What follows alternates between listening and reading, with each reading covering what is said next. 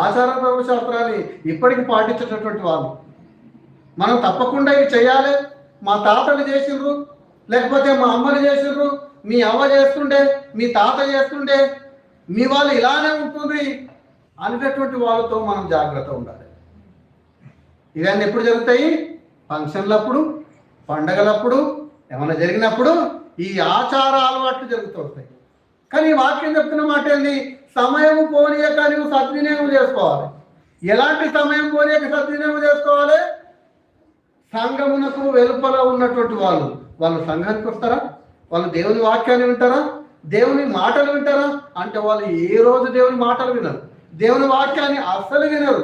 కానీ వాళ్ళు చెప్తున్నటువంటి మాట ఏమంటే తెలుసా? ఇట్లనే చేయాలి. మరి అది పూర్తిగా తెలుసా అంటే తెలియదు. కనుక ఎవరితో జ్ఞానంతో ఉండాలంటే మనం అంతా